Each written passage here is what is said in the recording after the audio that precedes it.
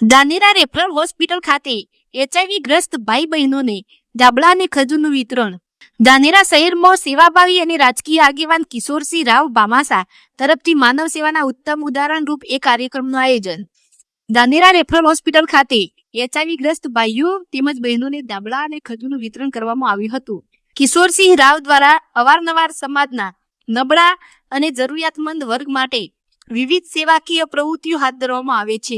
આ કાર્યક્રમ દરમિયાન ધાનેરા રેફરલ હોસ્પિટલના ડોક્ટરશ્રીઓ, સમગ્ર હોસ્પિટલ સ્ટાફ તેમજ પ્રેસ ક્લબના તમામ પત્રકાર ભાઈઓ હાજર રહ્યા હતા. સૌએ કિશોરસિંહ રાવના સેવાભાવી કાર્યક્રમને બિરદાવ્યું હતું. કાર્યક્રમ અંતે દર્દીઓના આરોગ્ય અને સુખાકારી માટે શુભેચ્છાઓ પાઠવવામાં આવી હતી.